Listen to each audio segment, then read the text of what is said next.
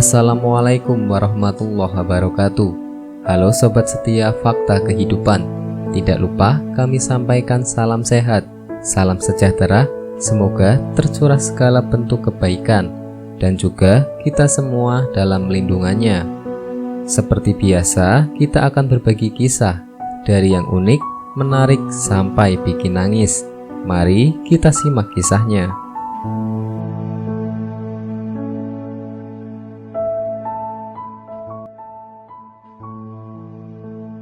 Azab mengerikan bagi tukang gibah. Ini 5 cara ampuh untuk menghindarinya.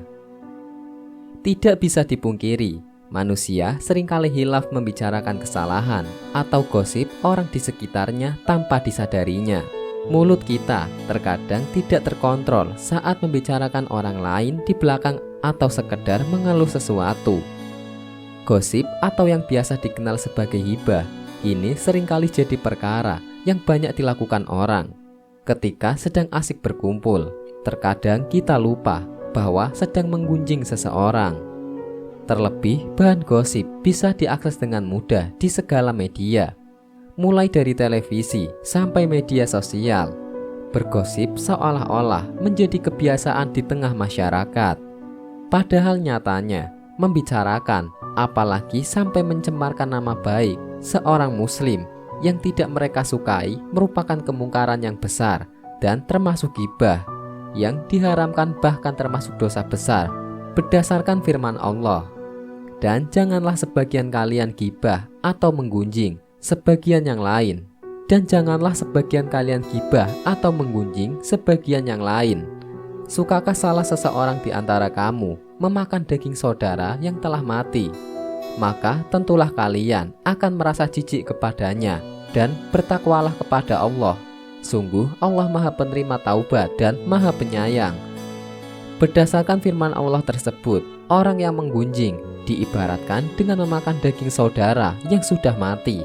Hal ini dinilai merupakan dosa besar yang harus dihindari setiap muslim. Apa yang dimaksud dengan gibah? Gibah atau menggunjing termasuk dosa besar, namun sedikit yang mau menyadari hal ini. Seorang ulama tafsir, Imam Masruq, menjelaskan, gibah adalah jika engkau membicarakan sesuatu yang jelek pada seseorang. Itu disebut gibah atau menggunjingnya. Jika yang dibicarakan adalah sesuatu yang tidak benar ada padanya, maka itu berarti memfitnah atau menuduh tanpa bukti.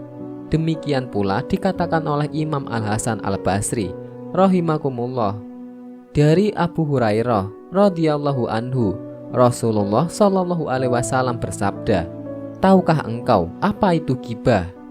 Mereka menjawab, "Allah dan Rasulnya yang lebih tahu." Ia berkata, "Engkau menyebutkan kejelekan saudaramu yang ia tidak suka untuk didengar orang lain." Beliau ditanya, "Bagaimana jika disebutkan sesuai kenyataan?" Jawab Nabi Shallallahu Alaihi Wasallam, "Jika sesuai dari kenyataan, berarti engkau telah menggibahnya. Jika tidak sesuai, berarti engkau telah memfitnahnya." Hadis riwayat Muslim. Seberapa berat ancaman dan dosa bagi pelaku gibah?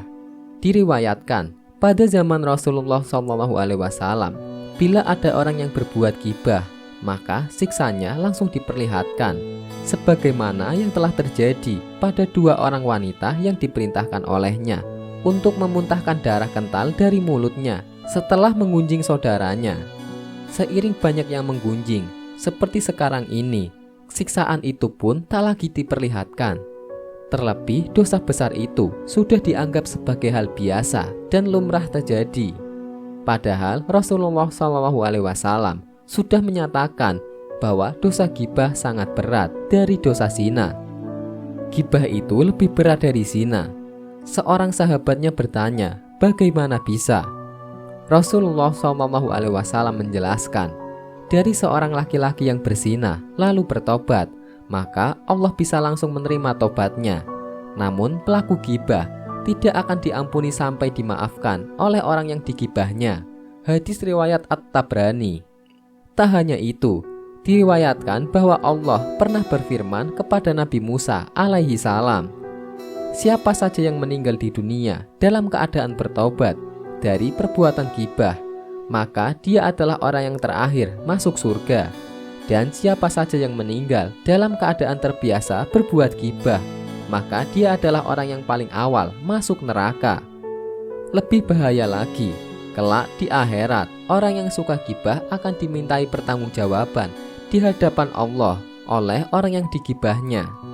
Amal kebaikannya dibayar kepada orang-orang yang pernah dizaliminya, termasuk kepada orang yang telah digibahnya. Setelah amal kebaikan habis, maka keburukan orang-orang zalimnya ditimpakan kepada dirinya. Akibatnya, dia akan menjadi orang yang bangkrut, sebagaimana yang digambarkan Rasulullah SAW dalam hadis berikut ini. Suatu hari, Rasulullah SAW bertanya kepada para sahabat, "Apakah kalian tahu siapa orang yang bangkrut?"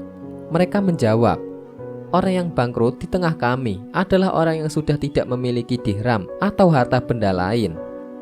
Ia menjelaskan, "Orang bangkrut dari umatku adalah orang yang datang pada hari kiamat membawa amal sholat, amal zakat, amal puasa, namun dia pernah mencaci si ini, menuduh si ini, makan harta si ini, menumpahkan darah si ini, memukul si ini, sehingga yang ini dibayar dengan kebaikannya dan yang ini dibayar dengan kebaikannya.